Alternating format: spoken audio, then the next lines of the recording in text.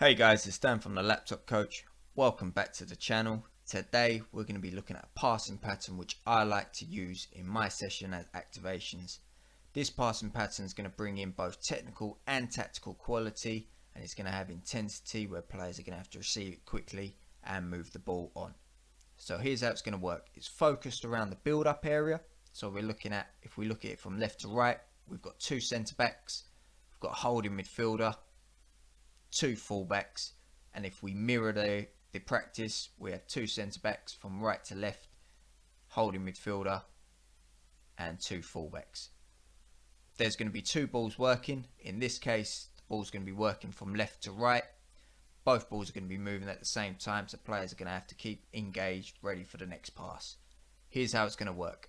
If we look at the number 6 starting on this side, he's going to play into the number 4, the holding midfielder. He's going to receive it into the number 5, out to the fullback. He's going to take it on the back foot, play a straight ball back to the starting centre back, and the passing pattern is going to restart once it gets back to the starting place. So it should be continuously working until you want to stop it, until you want to step in and give your coaching details. So here's how it's going to work.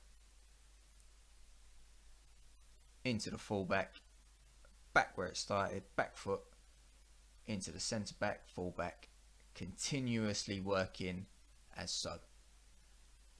So if we look at the holding midfielder first, he's peeling off at an angle, he's got an open body shape so he can receive it on the back foot.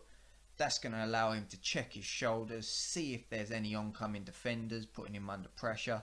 I understand in the passing pattern there isn't, but it allows the players to imagine, use their imagery to put themselves in the situation. So he's going to receive it back foot. Whilst that's happening, and he's taking on the back foot, the number 5 here, the centre back, right hand side, is going to create himself an angle for that ball, for that switch of play. As that ball's travelling, you want your fullback to create a wide angle, ready to receive back foot, so that his body shape, he can see the whole of the pattern. With this, he'll be able to see where the next pass is, the centre back, so he can receive it, play it straight, ready to receive. If you want your players to imagine that's your fullback receiving it on the back foot, and that's that forward pass into the centre forward.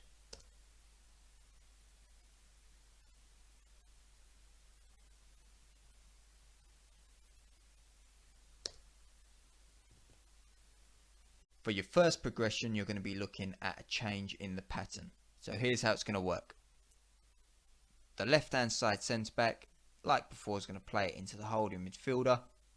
Holding midfielder is going to play out to the right hand side centre back, who's then going to play a ball into the fullback. However, this time I want you to imagine that the fullback's been closed down nice and tight by the opposition winger. He's going to play a ball into the centre back, who's then going to play a longer ball into the forward or the centre back for the pattern to restart. From then, the fullback is going to take the place of the centre back. The centre back is then going to move into the fullback area, just like how it was before. So here's how it's going to work.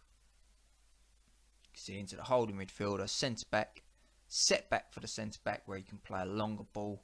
That ball can be driven or that ball can be clipped depending on your own personal preference.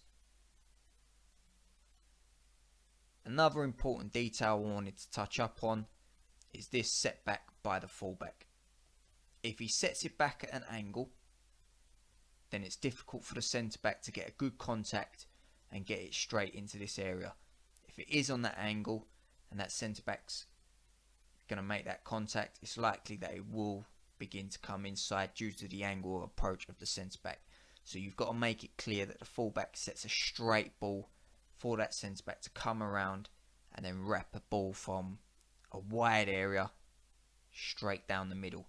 This will just help the defenders out a little bit easier, help the players out in regarding their technique, and it's a bit of information which is important for when they take into their play. Progression once again focuses around the pattern used.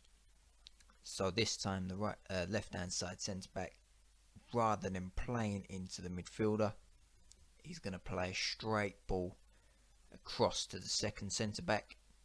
That second centre back is going to play a ball into the fullback. This time the fullback is going to set a ball inside for the midfielder to come around and play what I like to call the Pirlo ball, mainly used by Pirlo. Jorginho at Chelsea uses it as well.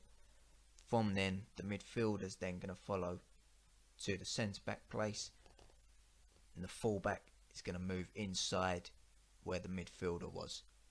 That should give him plenty of time to get back into position as that ball receives from the other side, switches play. So here's how it's going to look.